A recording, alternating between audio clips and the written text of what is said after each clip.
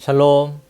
2025년 11월 23일 매일 성경 순서에 따라서 느헤미야서 4장 1절에서부터 23절까지 말씀을 함께 묵상하고 기도하는 시간을 가지도록 하겠습니다. 오늘 말씀의 제목은 하나님이 우리를 위하여 싸우시리라 입니다. 오늘 전체적인 내용의 요약을 좀 살펴보면 성벽 재건 소식을 들은 대적이었던 산발락과 도비아는 분노하기 시작하면서 유다 백성들을 조롱하고 멸시하게 됩니다. 느헤미야는 이 대적들에게 직접 맞서지 않고 하나님께 기도하며 우리가 업신여김을 받나이다 라고 간구하게 되죠.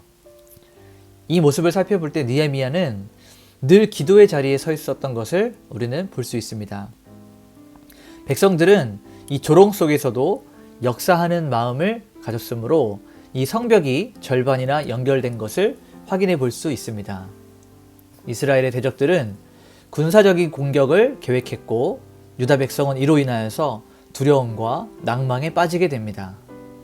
느헤미야는 낭망하지 않고 백성들을 무장시키고 칼과 창과 활을 잡게 하여서 성벽 아래와 높은 곳에 배치하여 전투도 함께 준비하게 됩니다.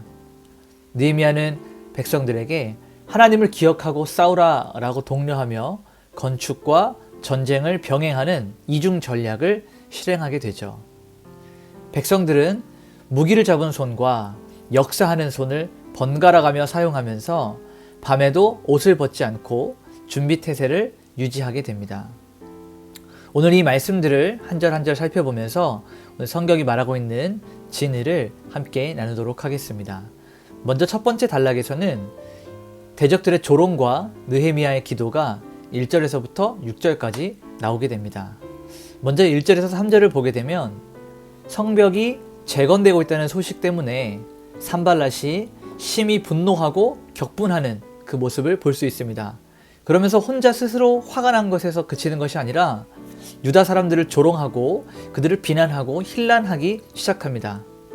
옆에 있었던 도비아는 이스라엘 백성들이 건축하는 그 성벽의 돌은 여우가 올라가도 무너지리라 라고 멸시하면서 비웃죠. 여우가 올라가도 무너지는 상태의 성벽이라면 무의미한 그들이 하는 일들이 굉장히 보잘것없는 그들을 무시하고 업신여기는 이러한 조롱의 이야기였습니다. 그런데 이 하나님의 사역을 조롱하고 비웃는 이러한 일들은 사단의 전형적인 공격 방식이에요. 그리고 나서 4절과 5절을 보게 되면 이 느헤미야는 대적들의 조롱에 감정적으로 맞서지 않고 하나님이여 들으시옵소서라고 기도로 대응합니다. 우리는 여기서 한 가지 좀 기억해 봐야 될 것이 있는데요. 성도의 마땅한 태도가 바로 여기에 있다는 것이죠. 여러분 조롱당하고 힘든 일을 겪었을 때 누군가 여러분을 해하려 하고 여러분의 감정을 건드렸을 때 거기서 맞서 싸우는 것이 아니라 느헤미야와 같이 하나님께 기도하는 태도, 하나님을 찾는 그런 마음 상태가 훨씬 더 중요하다는 것을 우리는 깨달아야 합니다. 느헤미야는 우리가 하나님 앞에 기도하면서 대적들에게 조롱을 당하는 우리가 업신여김을 받나이다 라고 보고하면서 이 대적들의 조롱이 이스라엘 백성들 뿐만 아니라 곧 하나님에 대한 조롱이었다라는 것을 고백하면서 하나님 당신의 공의에 의하여 그들을 심판하여 주시옵소서라고 이렇게 구하게 됩니다. 6절에 보니까 백성들이 힘을 내어 이 일을 하였으니 라는 말이 있거든요. 대적들이 조롱하고 비난하고 신란해도 거기에 굴하지 않고 하나님께서 우리에게 맡겨두신 일들에 최선을 다해서 열심을 가지고 직진해서 나갈 때 성벽이 절반이나 연결되는 것들을 볼 수 있게 합니다. 이는 하나님의 말씀을 향한 그 순수한 열심이 어떠한 방해에도 굴할 수 없음을 보여주고 있는 장면입니다. 그리고 우리가 두 번째 단락으로 넘어가서 7절에서부터 15절까지 말씀을 살펴보게 되면 군사적인 위협과 무장하는 이스라엘의 모습을 볼 수가 있습니다.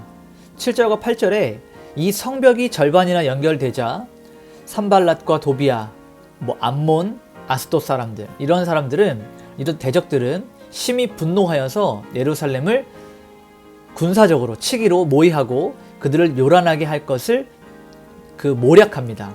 계략을 세우게 되죠. 하나님의 사역이 진전될수록 이 영적 전쟁이 훨씬 더 격화되고 심화되는 것을 볼 수 있습니다. 또 단순히 영적 전쟁뿐만 아니라 군사를 동반한 전투와 전쟁이 준비되고 있음을 볼 수 있습니다.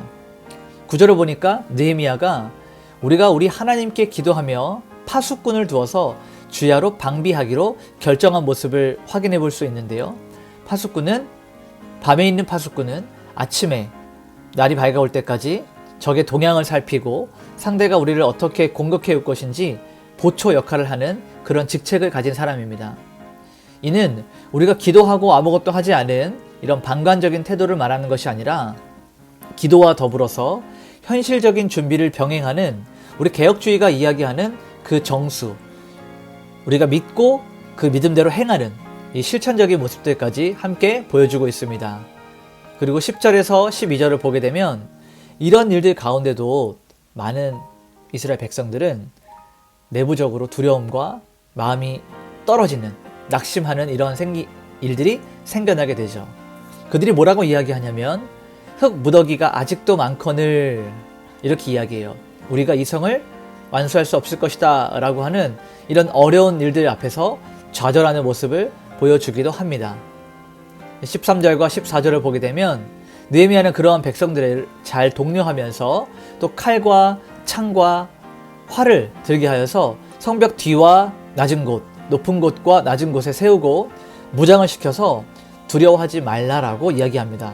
너희는 그들을 두려워하지 말고 오히려 누구를 두려워하라고 이야기하죠? 지극히 크고 두려우신 그 하나님을 기억해라 라고 이렇게 이야기합니다.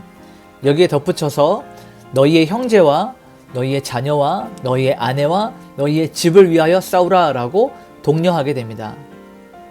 팀 켈러 목사님은 이러한 격려를 가리켜서 공동체와 가족을 사랑하는 믿음의 의무라고 해석을 하면서 신앙적인 이유가 현실적인 싸움의 동력이 되는 것을 강조하고 있습니다.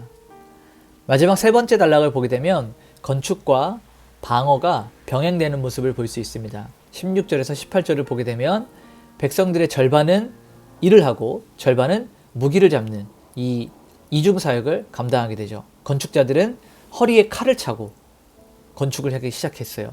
건축자들이 건축 도구를, 건축 장비를 가지고 일을 하는 것이 아니라 칼을 차고 일을 했습니다. 또 나팔 부는 자들은 느헤미야 곁에 있어서 영적인 싸움과 일상의 사역이 분리되지 않고 하나의 목적을 가지고 함께 걸어가는 것을 보여주기도 합니다. 또 19절에서 20절을 보게 되면 이 느헤미야가 나팔 소리가 울리게 되면 그 자리로 모여서 우리 하나님이 우리를 위하여 싸우시는 것을 보자라고 선언을 하면서 이 공동체에 신속한 시스템을 만들어줍니다. 인간의 노력과 하나님의 능력이 조화하는, 물론 하나님께서 우리 사람이 없이도 충분히 일하실 수 있지만 하나님이 이 느헤미야의 시대에 일하셨던 방법은 그들의 열심과 그들의 준비됨과 그들이 하나님을 찾는 이러한 모습들을 통하여 일하셨던 것을 우리가 볼 수 있습니다. 그리고 마지막 22절에서 23절을 보게 되면 백성들은 예루살렘 그 안에서 밤을 새우며 옷을 벗지 않고 그 무장을 유지하는, 마치 우리 남자들이 군대에 가서 5분 대기조를 할 때 일주일 동안 그 5분 대기조 기간 동안 군복을 벗지 않고 장비를 차고 모든 생활을 하는 이러한 상태를 유지했던 것처럼 무장을 유지하고 전쟁을 준비하며 성벽을 세워가는 이런 모습들을 보게 됩니다. 결국 이를 통해서 우리가 배울 수 있는 것은 하나님께서 우리에게 주셨던 그 사명을 가벼이 여기지 않고 그 일들을 잘 감당하기 위해서 철저한 희생과 또 준비하는 태도를 보여주는 것을 우리는 깨닫고 배울 수가 있습니다. 오늘 이 말씀을 원포인트로 정리하면 이렇게 볼 수 있을 것 같아요. 두렵고 불안한 상황이라 할지라도 우리가 하나님을 간절히 찾고 구하면 하나님께서 우리를 위하여 싸워주신다. 하나님은 자신을 위하여, 당신의 사랑하는 백성들을 위하여 싸워주신다 이것입니다. 관건은 우리가 하나님을 붙들고 하나님을 찾는 일이며 우리에게 주어진 일들을 잘 감당하는 것, 이것이 중요한 것입니다. 오늘 말씀을 가지고 우리 함께 적용해 볼 것은 첫 번째, 우리의 신앙생활이나 우리에게 주어진 사역이나 우리의 삶에서 닥쳐오는 대적들의 조롱과 공격들 앞에 감정적으로 대응하지 않고 그 대신에 기도하고 현실적으로 우리에게 맡겨진 일들을 병행하는 지혜로운 태도를 가질 수 있도록 우리가 좀 그렇게 마음을 단단하게 묶어야 할 것 같습니다. 두 번째는 이 느헤미야가 이야기했던 대로 너희의 형제와 자녀와 아내와 집을 위하여 싸우라 라고 이렇게 명령을 했는데, 우리에게 맡겨진 이 일들이 나 자신을 넘어서 가족과 또 우리 공동체를 지키는 이런 행위임을 인식하고 그 일에 열심히 임할 수 있도록, 개인의 문제가 아니라 공동체까지 확장되는 이런 문제임을 기억하고 우리가 신앙생활을 또 사명을 잘 감당해야 될 것 같습니다. 오늘 이렇게 한번 기도합시다. 주님, 우리의 대적의 조롱과 멸시가 있을 때마다 그들을 두려워하는 것이 아니라 크고 높고 놀라우신 주님을 두려워하게 하시고 그 두려우신 주님을 기억하게 하여 주시옵소서. 낙심하지 않게 하시고 담대한 믿음을 우리에게 허락하여 주시옵소서. 또 한 가지 기도할 것은 우리가 영적인 일을 하면서도 옷을 벗지 않고 무장을 갖췄던 이 이스라엘 백성들처럼 일상 속에서도 말씀과 기도로 무장해서 사단이 우리를 공격하고 우리를 넘어뜨리려고 하는 이러한 일들 앞에서 담대하게, 강건하게, 두려워하지 아니하고 맞서 싸울 수 있는 영적인 일들에 무장할 수 있도록 하나님 우리를 그렇게 인도하여 주시옵소서. 이런 마음을 가지고 오늘 하루 하나님께 온전히 올려드리도록 하겠습니다. 기도하시겠습니다.